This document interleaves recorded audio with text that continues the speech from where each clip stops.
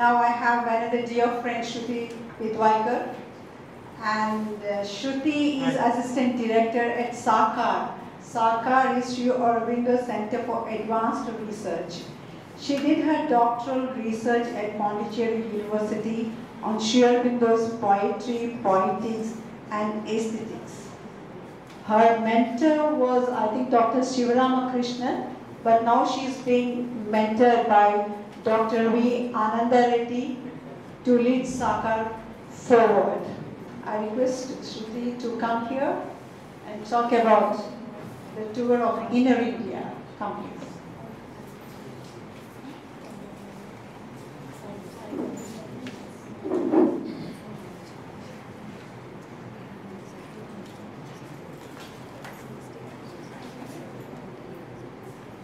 Good afternoon. I have 20 minutes, right, Lakshmi? Yes. Or 15 minutes. Yeah, I was happy that it was being telecast on YouTube so I could follow and almost attended all the sessions. So a very good afternoon.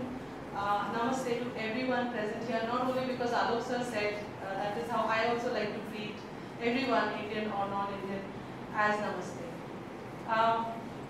Yeah, that's the presentation I have, and just 5-6 slides I have brought.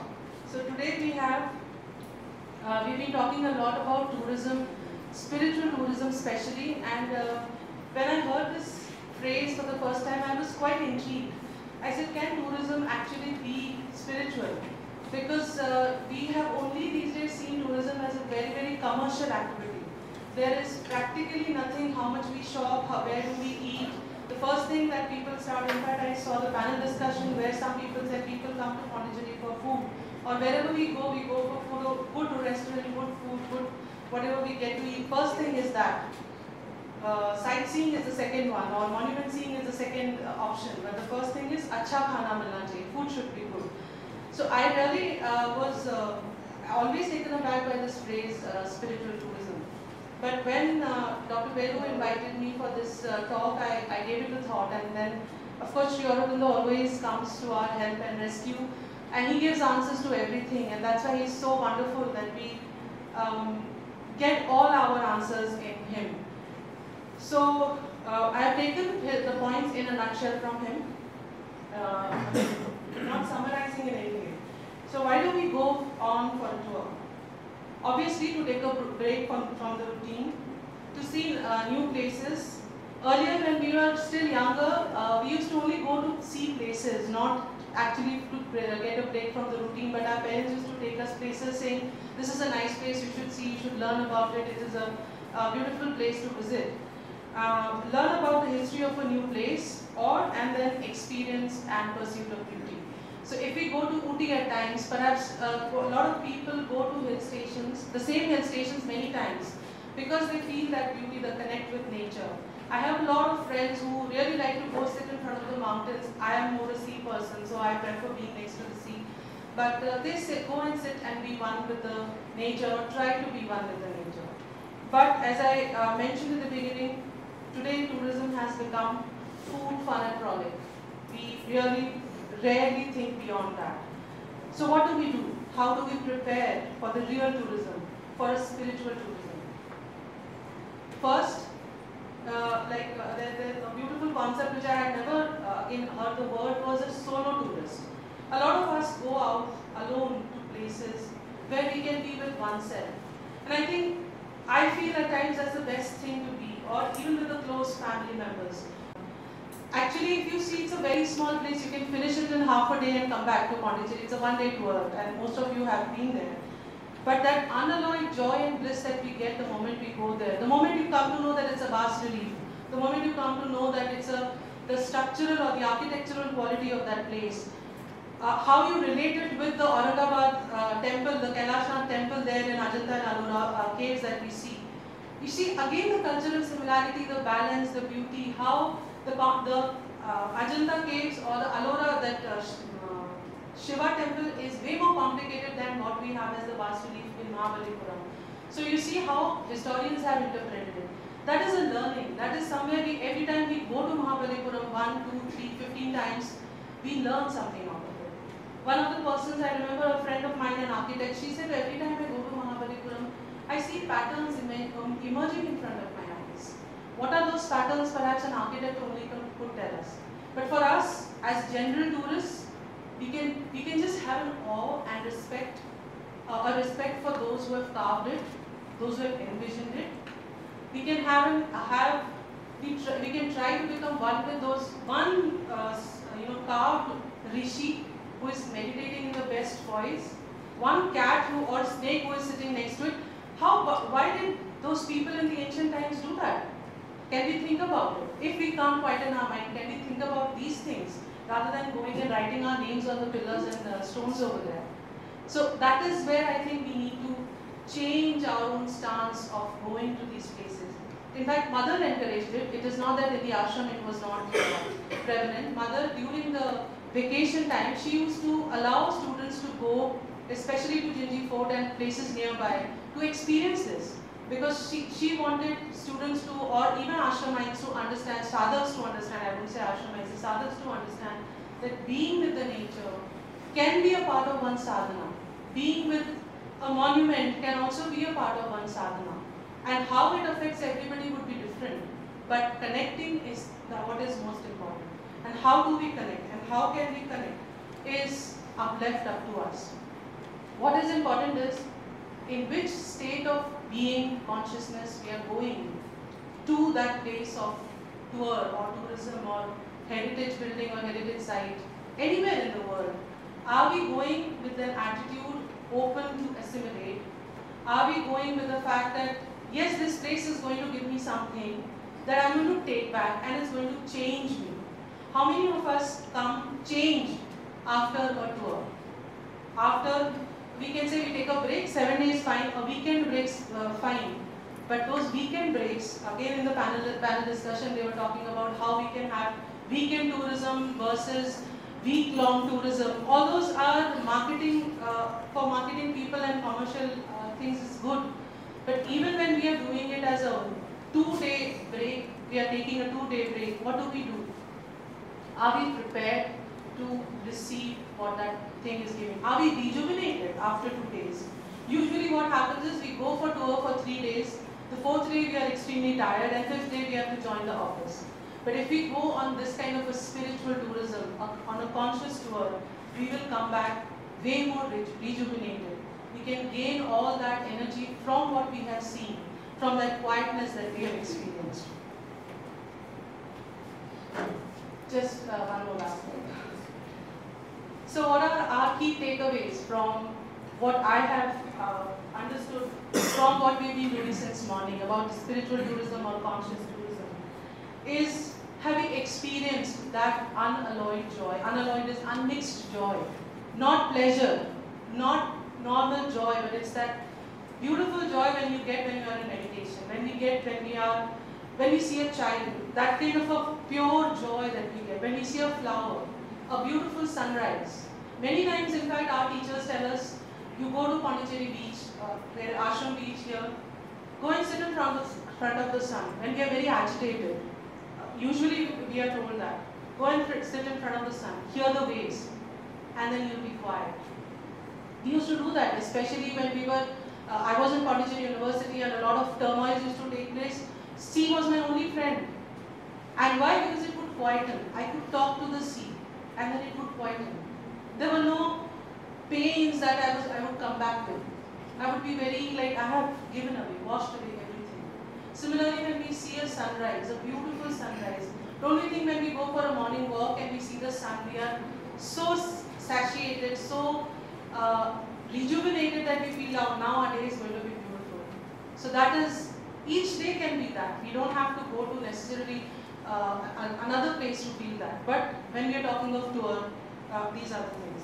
Did we feel the love, respect and awe for what we had seen? Did we feel quiet? Was it widening, deepening and heightening? These are all actually self-reflective questions that I am posing here. So I don't need to read them.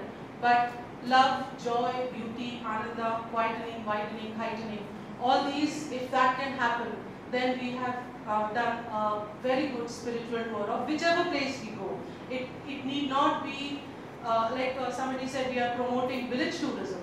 Now, a village is most beautiful place to be quiet. I mean, I've been to some villages and the expanse of the fields, that itself quietens you, that itself awes you. So are we able to be one with that expanse? That is the question. And now, from where to where do we have to move? This is the last slide, of course. The selfie culture in which we are living these days. Fine, I think, my teacher, my mentor, he says, yeah, we have become so selfish that we are always into the selfie mode.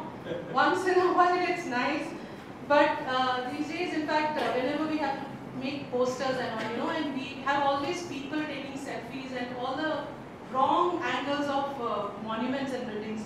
Instead, I sometimes, frankly, I'm not a very camera person, so I forget to click camera with images also. But that thing when you stand, I still remember when we go to Haligree temple and we stand in front of that temple, you just want to be there. You want to relive that era of when Hoysala kingdom was alive. You want to relive that times and when it was being carved.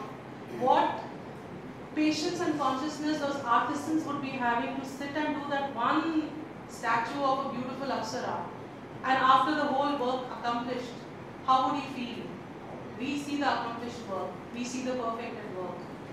If we can give some thought to that. So instead of going to take selfies, if we can go deep within and have discover a deeper self. But not necessarily with those friends who externalize. Not necessarily with those friends who are constantly looking out for dance, drama, pubs, all those kind of things. Maybe that kind of tourism, of course, we can't stop, that is growing.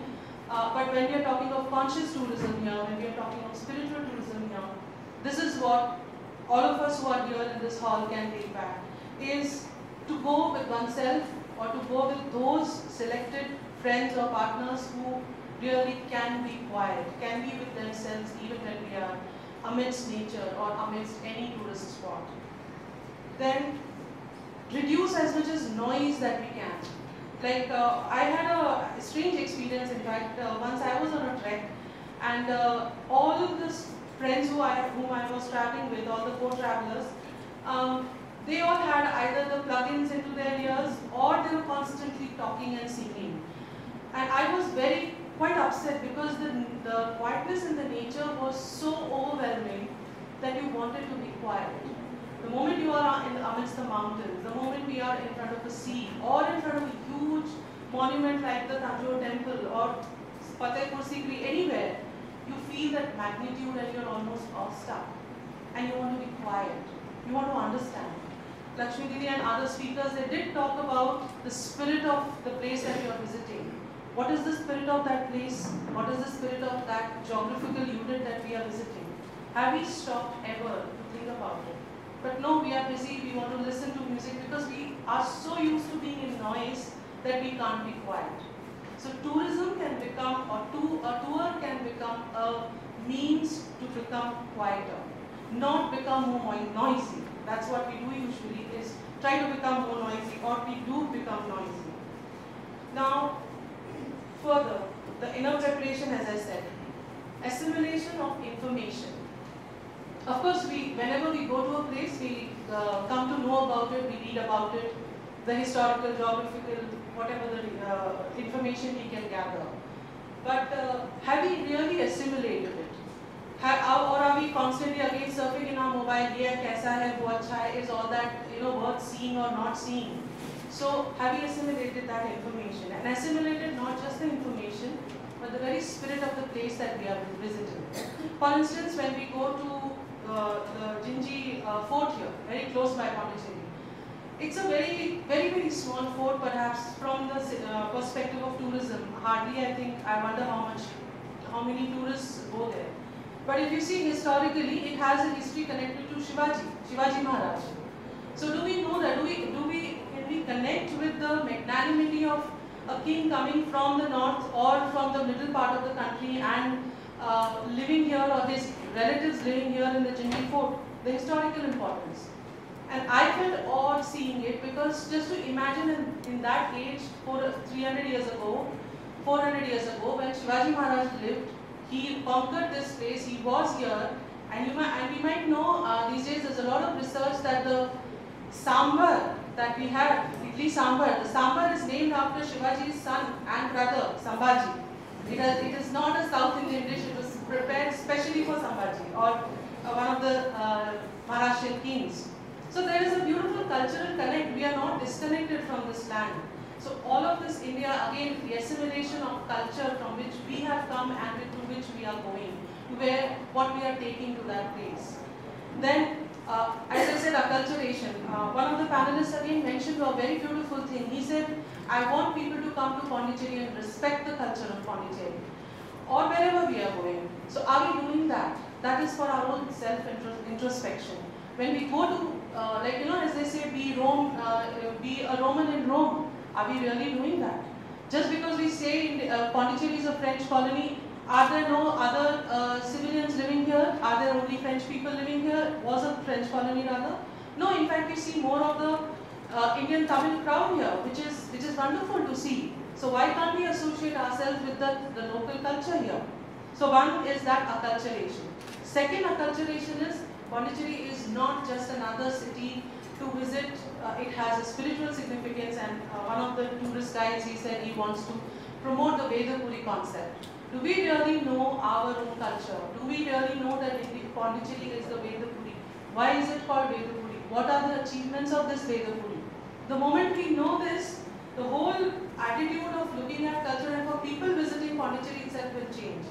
Not only talking about the cleanliness and all that, it will automatically come the moment we respect our own city. So I feel acculturation into where we are going and where we are living is very important. We are a part of this earth, like what Alok sir said, Vasudhaiva Kutumbakam. We are, even if we go to Rome, I think we should understand their culture and respect it, whatever it is. Then quieting of the being, as we've been talking, and especially in terms of Pondicherry tourism, if you were to say, whether we are in Pondicherry University or in Auroville, or we are all Pondicherry. In this territory, geographical territory is Pondicherry, we can't segregate it necessarily, but Sri Aurobindo Ashram, when people come, look at the crowd and the noise outside the ashram. Even during the meditation time, you can't sit quiet. The people are not conscious that they should not be honking around the ashram or around the temple. Around the temple, they have barricaded it. But do we go to the temple for becoming quiet? There also we are noisy. There also we are fighting to give the first coconut. So, in which consciousness are we going to the temple? Are we going there to be quiet? Are we going to that Thanjavur beautiful, sculpted place to imbibe something? That we have to ask ourselves, because that imbibing is what is important. Now, why do we speak of all this? One of the things I think that tourism brings is a lot of joy, in whichever manner. It could be wine or divine, but there is joy in it. And joy of what degree we have to see. So here, Sri Aurobindo says, the whole world came out of Ananda and returns into Ananda. And the triple term in which Ananda may be stated is joy, love and beauty. So these are the three things we can take with ourselves and receive them simultaneously.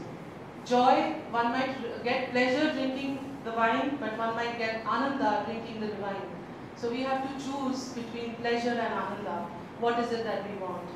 When we, and as Sri Aurobindo says, in fact in the next slide he will tell us that you have to see the divine everywhere. You have to love that which has been created by the divine and have an unalloyed and pure joy in that you see. So a very simple thing, if again I may relate to Mahabalipuram, the heritage site Mahabalipuram there. As you can see, noisy picnics to inner contemplation, we've already spoken about it. Bring peace and receive peace. That's what I have been taught, and I'm growing in it. It's not that I did it from the very first day. I was taught that when you go to these places, be very quiet. Have that quietude. We go to ashram, a lot of people are juggling with their bags and everything. We leave everything outside and we go. That's the whole idea of a temple also. We keep leaving our bags and baggages, mental, physical, vital, all baggages out and then go in. How many of us are ready to do that?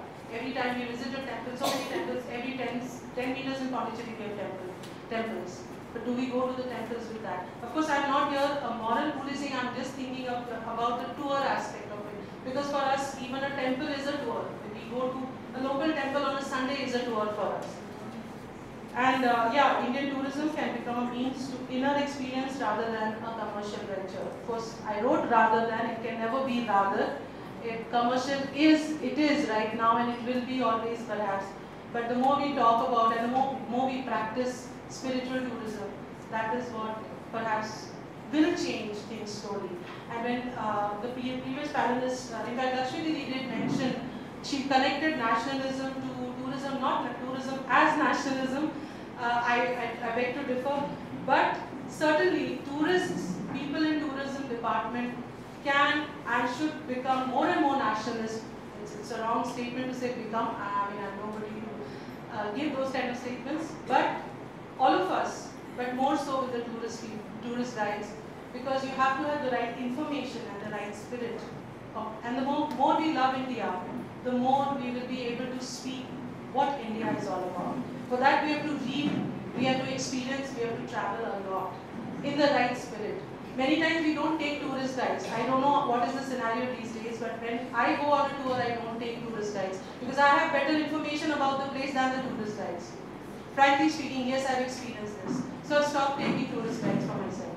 So can our guides become that efficient, that knowledgeable, that they can actually give the right content and information of the particular place that we are visiting? So my humble presentation is here that we all have to be very consciously touring now from onwards if we can. And not just about not littering the place, not just about not throwing garbage here and there, that will automatically come the moment we love our country. As tourists, we love our country, and as tourist guides, we love our country. So I think that should be more than enough. So I here rest my presentation, and I guess the preparation for inner tourism is to be quiet, be with oneself, be ready to receive what the grand place is going to give us. Thank you.